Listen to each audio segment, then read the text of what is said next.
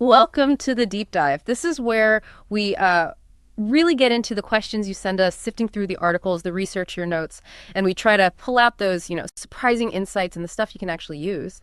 Today, we're diving into something one of you brought up, seeing it as a profound life strategy. It's rooted in ancient wisdom, specifically Psalm 119, verse 11. I have hidden your word in my heart that I might not sin against you. Now, hold on. Don't let the ancient source, throw you off. This isn't just about theology. Our mission here is to explore the core idea in that verse, this deliberate taking in of guiding truth, and how it offers a really powerful blueprint for navigating today's world. You sent us some fantastic material, really diverse perspective, showing how internalizing wisdom gives you a shortcut almost to feeling equipped, especially when we're all drowning in information.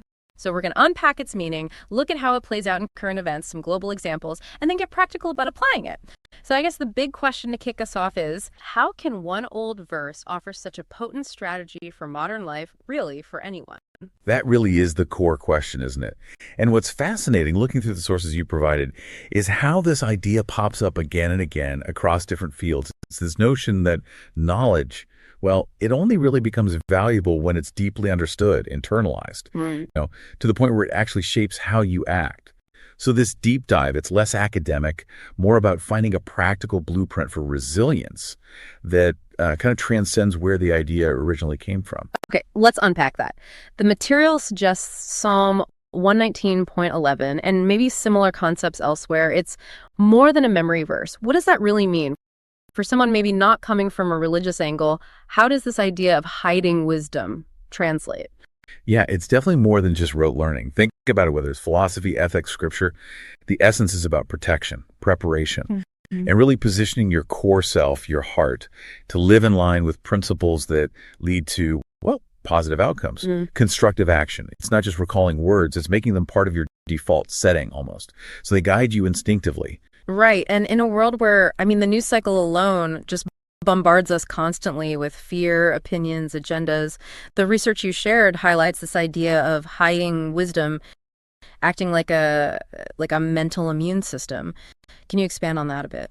Absolutely. That's a great way to put it. The idea is it builds this internal strength, a robust inner framework. And that strength helps you resist negative external stuff, helps you sort truth from noise, find some peace even when things feel uncertain. When you're constantly hit with that external static, having an internal anchor, it's vital. It helps maintain clarity, emotional balance. That makes a lot of sense. Okay, let's break down the verse itself a bit more. Looking at the original language, how can we understand those key terms universally? Hidden, heart, not sin. What are they really getting at? Oh, the Hebrew is fascinating here. It adds layers that apply broadly. Hidden. It's not just casual reading. It implies deliberate internalization, like carefully storing something vital, something you treasure and want to keep safe for when you really need it.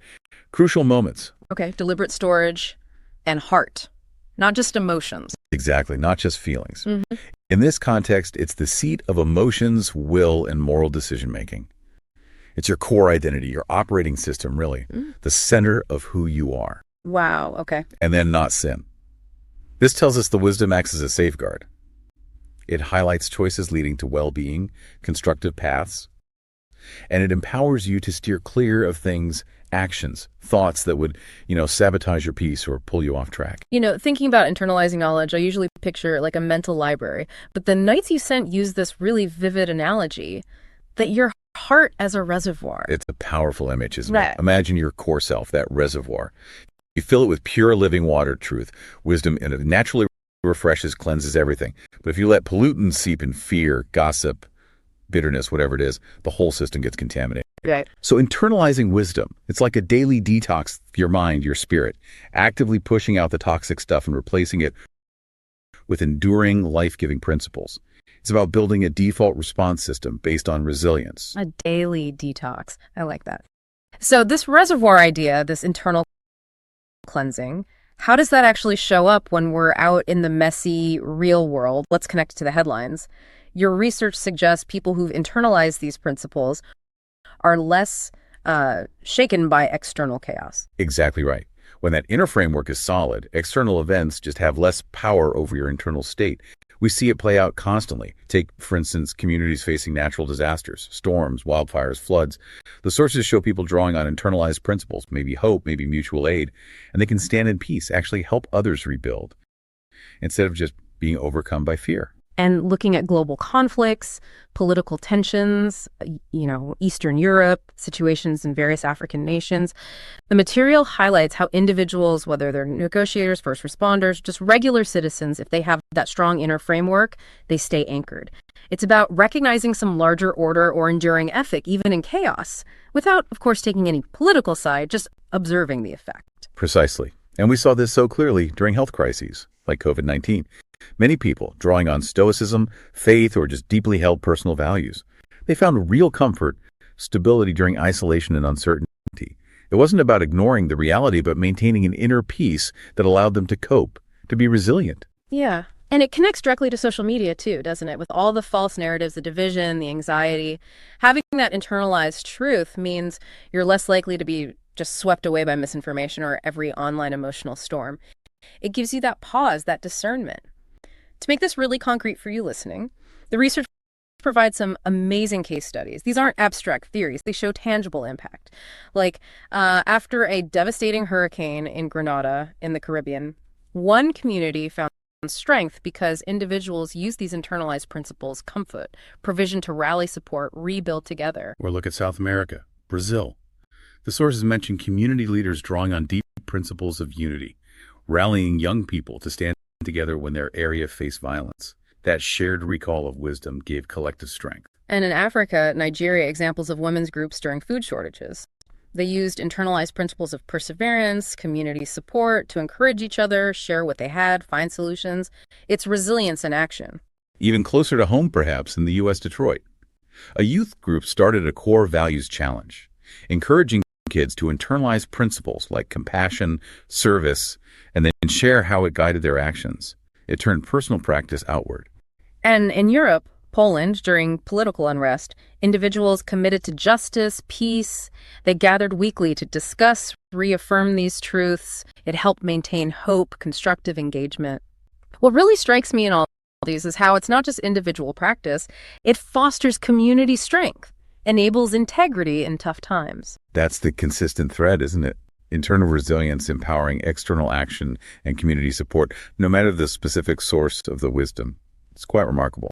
So, okay, practically speaking then, how do we put this wisdom into practice? Your research breaks down some key actions, makes them really digestible. Right. The first is hide, and the emphasis is that it's intentional, like stocking emergency supplies before a storm hits. It's proactive preparation, not waiting for the crisis, building that mental muscle memory, essentially. The second is heart. Again, this isn't just brain alone. It's about deep conviction and commitment. It goes beyond intellectual knowing to something that actually changes your core responses. Right. It has to land deeper. Exactly. And third, not sin. This clarifies that the wisdom strengthens decision-making. It provides direction, guidance. It empowers you toward choices that are beneficial, constructive, not about chasing some impossible perfection. Those distinctions are really helpful for actually doing this. So for those of us wanting to integrate this daily, what tangible methods did the sources suggest? Yeah, the material gives some very concrete steps. You can start with daily principle internalization, maybe just one core truth or value per week. Focus on it. Journaling is powerful too. Writing principles in your own words, that helps process them deeply, make them personal. You can speak or reflect on truths aloud, turn them into personal affirmations almost. And a great way to solidify learning is to teach others. Explaining it helps cement it for yourself. That's always true. And finally, for our modern lives, using digital reminders, phone alerts, with a guiding principle popping up throughout the day. Little nudges. This whole practice, it also connects deeply to what some sources call mental and emotional detoxification. There's a powerful analogy used. Temptation or negative influence is like dirt. It sticks to you as you walk through the world. Internalized wisdom is the water that washes it off before it hardens into damaging actions or thoughts. Wow, that's incredibly vivid. So the stored wisdom, it literally acts as a shield against those negative thoughts, the lies we encounter. encounter. Exactly. So, for instance, the thought comes, you're alone, but that truth hidden inside you can counter. No, I am connected, I am supported, or whatever your core principle is. Or the thought, you can't win this battle. Your internal wisdom might reply, I have strength within, or help is available.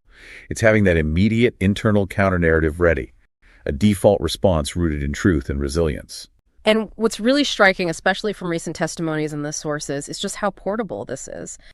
Countless people found strength in these internalized values when, books or other resources just weren't there. It's almost like building a mental toolkit you always carry. That's a great way to put it. It's the ultimate portable sanctuary. Yeah.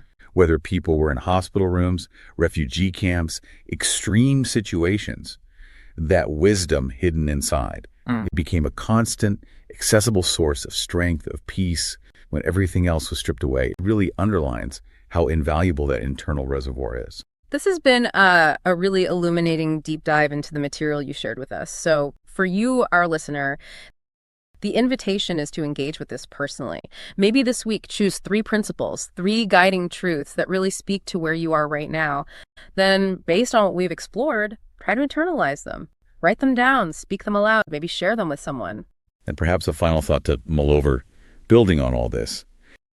If history's most resilient figures often relied on an internal compass, what unshakable foundation are you cultivating right now? One that could guide you through any storm, even if all external supports were gone.